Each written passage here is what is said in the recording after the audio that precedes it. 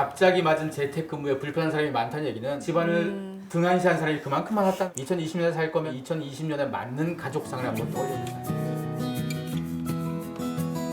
자, 우리가 이제 일터에 생긴 변화를 얘기를 했는데 제가 또 여쭤보고 싶은 것은 그게 일터에서의 변화로 끝나지 않고 이제 공간이 집으로 들어오면 일하는 공간이 재택이 되면 다른 가족들하고의 관계에도 영향을 이제 미치지 않겠나 그런 생각이 드는 거죠. 미치죠. 네. 근데 그동안 계속 회사에서 출퇴근하고 거기서 사람들하고 술 먹고 노는 걸 해왔던 사람들. 그런 사람들이 집에 있어 보세요. 그러니까요. 서로 불편하잖아요. 근데 반대로 평소에 집에서 잘 놀아주고 잘 어울리고 집안일 잘했던 사람이 집에 있어 보세요. 서로 행복하지 않겠어요? 그 말은 지금 우리가 갑자기 맞은 재택근무에 불편한 사람이 많다는 얘기는 그동안 집안을 등한시한 사람이 그만큼 많았다는 의미이기도 하고 그런 거잖아요. 사실 가정이라는 존재가 잠만 자는 데도 아니고요. 돈만 벌어주는 데가 아니잖아요. 회사 사람들하고는 별의별 대화도 다 하고 토론도 하고 훨씬 더 시간도 많이 그쵸. 보내고. 네. 근데 어찌 보면 인생에서 더 중요한 존재가 집에 있거든요. 그러게요. 집에 있는 사람들하고는 진짜 대화를 안 하는 사람이 많다 이거죠. 이런 계기를 통해서 재택 네. 원격이 확산되게 되면 그게 좀 바뀌어지겠죠. 제가 엊그제 어느 브런치에 올라온 글을 보니까 이런 상황인 거예요. 세 식구가 집에서 이제 막 한 대 엉켜 있는 건데 자기들은 뭐든지 다 이렇게 친밀한 가족은 같이 해야 되는 거라고 생각을 했대요. 근데 눈 떠서 잘 때까지 같이 엉켜 있으니까 너무 힘들어. 그래서 어느 순간 자기가 선언을 했대요. 몇 시부터 몇 시까지는 따로의 시간을 갖자. 그래서 누구는 안방에 들어가 있고 뭐 누구는 어떻게 하고 이러니까 숨통이 좀 터지더라. 그래서 제가 그걸 읽으면서 맞아요. 그래서 혼자 있는 시간이 좀 필요한 거고 우리가 어쩌면 그동안에 그런 시간 없이 너무 그냥 바쁘게만 살아온 거 아닌가 그런 생각을 했습니다. 우리가 가진 관성 중에 하나가요.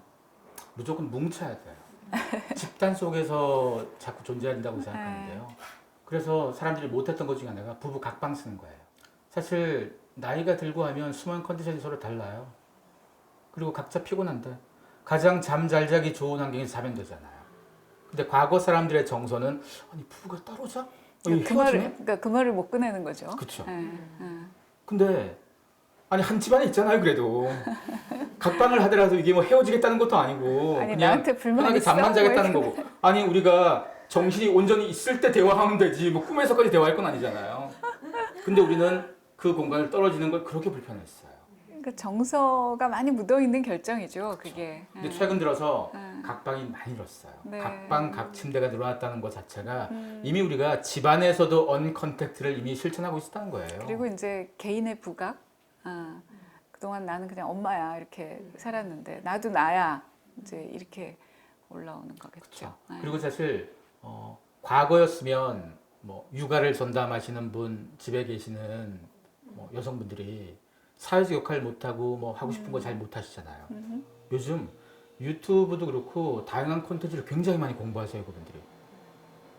과거에는 불가능했거든요. 왜? 컨택트 기반에서 다 돌아가다 보니까 애 놔두고 나갈 수가 없었는데 언컨택트 기반으로 공부도 하고 이것저것 할 수 있는 환경들이 늘다 보니까 그렇죠. 집에서도 더 이상 놀지 않아요. 이거 자체가 변화가 되는 거라서 우리가 생각하는 가정이라는 개념도 더 이상 80년대 스타일의 그 모델을 머리에서 지울 필요가 있어요. 2020년에 살 거면 적어도 2020년에 맞는 가족상을 한번 떠올려보자는 거죠. 근데 그러다 보니까 또 한동안 이제 워라밸 얘기 되게 많이 네. 했잖아요. 근데 그것도 바뀔 것 같아요. 사실 워라밸을 누가 처음 만들었냐면요. 기업들이 만든 얘기예요. 영국하고 미국에서 시작된 말이거든요. 네. 우리는 또 순진하게 워라밸, 우리 행복하게 살게 해주는 줄 알았지 이렇게 생각했는데 워라밸을 왜 만들었냐면 일도 잘하고 집안도 좀 잘 돌아가고 뭐 공동체도 잘 이래야지 사람이 순탄해서 일이 잘 돼요. 그렇죠. 일 더 잘 시킬 방법으로 찾은 게 워라밸이거든요. 주 52시간 마찬가지예요. 우리의 생산성을 더 뽑아내기 위해서 찾는 답들이에요. 그러니까 단기전이 아니니까. 그렇죠. 네.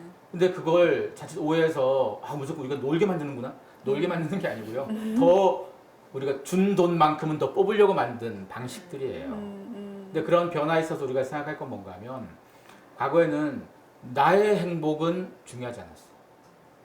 돈 버는 사람들이 회사의 성공 아니면 그 돈으로 잘 쓸 우리 가족, 뭐 우리 집 이런 것만 따졌지 내가 어떤 취향을 가졌고 어떤 인생의 목표가 있었지 이런 걸 떠올리지 않았어요. 심지어 사람들이 한 30만 넘어도요. 꿈이라는 걸 다 지우고 사는 걸 당연시 여기고 잘하는 것하고 좋아하는 일을 나누면 무조건 잘하는 거 해야지 이러고 있었어요. 우리는 그게 정답이라고 오해하고 살았는데요. 최근 들어서 많은 사람들이 바뀌고 있잖아요. 좋아하는 거 좀 하고 살고 그냥 내가 좀 하고 싶은 거 내 취향 취미 내가 돈 버는데 내가 내 자식한테만 쓸 게 아니고 내가 좋아하는 거 좀 하자 이런 사람들이 늘어난다는 것 자체가 사회 진화인 거잖아요. 그리고 이제 또 하나의 가치의 변화가 시간에 대한 자각, 시간의 중요성, 시간의 가치에 대한 자각인 것 같아요. 그래서 특히 젊은 세대로 내려갈수록 돈이냐 시간이냐 했을 때 내가 차라리 연봉 조금 덜 받을게. 나 내 시간을 내가 좀 재량껏 쓰게 해줘. 를 우선적으로 선택을 하는 그 경향도 뚜렷해지는 것 근데 같아요. 그 관점도요. 사회적으로 해석하면 어떤 게 되냐면요. 과거에는 평생 직장이었잖아요. 평생 직장 시대의 가장 큰 미덕은 충성하는 거예요. 근데 지금은 평생 직장이 존재하질 않아요. 그럼 살 거는 자기밖에 없어요, 이제. 믿을 건 자기예요. 그러다 보니까 이 회사에 돈을 더 줘도 거기에 내 시간 다 쏟는 것보단 날 위해서 투자하고 좀 커나가는 거? 내가 좋아하는 걸 새로운 일을 할 때는 그나마 버틸 수 있어요. 재미도 없고 싫어하는 거 새로운 거 못해요. 그러다 보니까 내가 좋아하는 게 뭔지를 찾아가는데 자꾸 시간을 들이는 거예요. 그래서 이게 요즘 애들이라서 그런 게 아니고 평생 직장이 사라진 시대의 문화예요. 맞아요. 이어지는 얘기로 그래서 밀레니얼 세대 우리 이렇게 얘기를 하는데 그게 세대 문제가 아니라 시대의 문제다. 시대의 변화가 가지고 온 현상을 우리가 지금 보고 있는 거다. 이제 뭐 이런 얘기도 듣곤 합니다.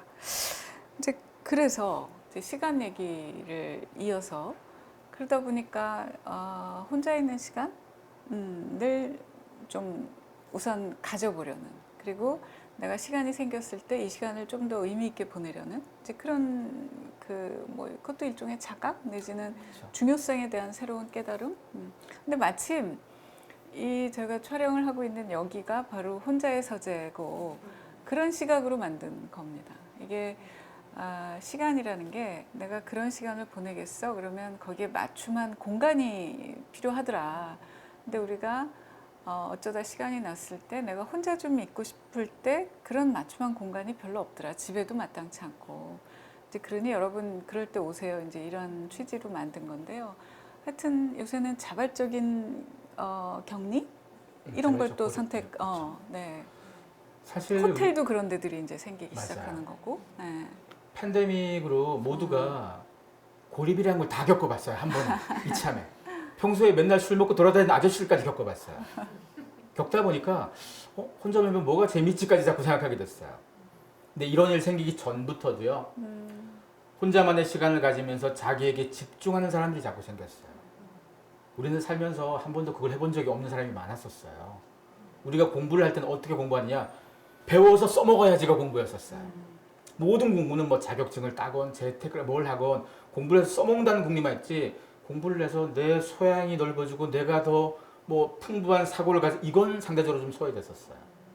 근데 어느 순간부터 사람들이 자기를 중요시 여기기 시작하면서 거기에 자꾸 집중하기 시작하고 그러면서 자기만의 시간을 가진다는 것 자체가 자기에게 집중하겠다는 의미거든요. 그렇죠. 그리고 이 팬데믹 이후에 일단 시간이 생겼잖아요. 우선 재택을 하면 일을 하더라도 오가는 시간이 생긴 거고 시간이 생기면 이제 돌아보게 되니까 그런 거하고도 연결이 되는구나. 그러니까 시간이라는 것 자체를 우리가 예전부터 줄일 방법을 계속 고민했었어요. 내 시간을 줄일 방법이 사실은 IT에서 다 답을 줬거든요. 그렇죠. IT가 언컨택트로 소비를 시키고 언컨택트로 우리의 라이프스타일을 만들어 놓은 이유가 다 시간 절감이에요. 그 시간 동안 우리가 낮잠 자라고 하는 게 아니고 그렇게 절감된 시간만큼 자기를 위해 쓰라는 거예요. 우리 사회가 최근 몇 년 동안 취향이란 말을 굉장히 좋아하고 있어요. 옛날에는 취향이란 말 이렇게까지 좋아하지 않았어요. 취향이란 말이 부각된 이유는 딱 하나예요. 우리에게 시간이 주어진 거예요.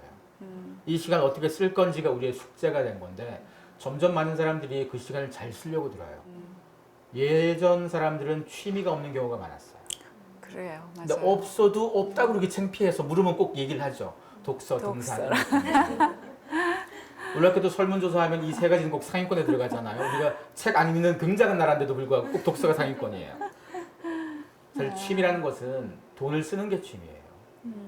뭘 좋아하는데 돈을 왜 안 써요? 내가 좋아서 돈을 쓸 수 있을 만큼의 공 들이는 거, 이런 작업들을 과거 사람들은 소수만 했다면 지금 시대의 젊은 친구들은 굉장히 많이 해요.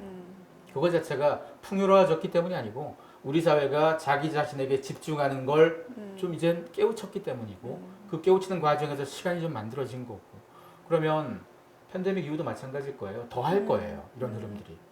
젊은 친구들뿐이 아니고 나이가 좀 있는 사람들까지도 네, 네. 자기만의 시간을 더 잘 보내야 되겠다. 사실은 이번 팬데믹 이번에 오고 앞으로 영원히 안 올 거 아니에요. 앞으로 더 자주 오면 자주 왔지 안 오지 않을 겁니다. 그러면 점점 우리는 사람하고 끈끈이 뭉치는 문화에서 나하고 나 스스로에게 집중하는 문화에 관심을 더 많이 가질 시대가 왔다는 거죠. 맞아요. 그래서 이 채널이 지금 주목하고 있는 데가 바로 그 지점인 거거든요. 그러니까 특히 40대, 50대 특히 이후로 가면 그냥 일하느라고 평생을 다 보낸 사람들이잖아요. 그러니까 이런 시간 얘기를 할 뭐가 없이 그냥 나이가 확 들었어요. 근데 어느 날 이제 회사에서도 더 이상 오지 말라 그래. 애들도 다 컸어. 같이 안 놀아줘. 혼자가 됐고 시간이 무진장 많아졌는데 이 시간을 그러면 내가 어떻게 써야 되지? 이런 거 하고 맞닥뜨리게 되는구나. 그래서 그 시간을 잘 보내게 해주는 게 결국은 컨텐츠라는 생각을 하게 됐고, 그래서 이 성화지수 채널을 지금 하고 있는 겁니다. 네. 그러니까 잘 생각해 보세요. 우리가 그동안 어떤 사람들하고 어울렸는지 생각해 보세요. 대부분 학연, 지연, 혈연, 아니면 회사 동료, 요 울타리 내에서 다 놀았어요. 근데 이 울타리가 우리에게 스트레스도 많이 주는 울타리예요. 그리고 이 울타리가 대부분 내 의지와 무관하게, 아니 그 동네에 태어났더니 그 인맥이 되고, 그래요. 아니 그 집안에 갔더니 이미 그게 돼버리는 거니까. 내가 선택하지 않은 것들이 있어요. 그래도 이걸 평생 이런 인맥만 가져온 사람들이에요. 40, 50 넘어가는 사람들. 굉장히 중요한 포인트 같아요. 근데 지금 취향과 취미와 연결되는 인맥들이 자꾸 만들어져요.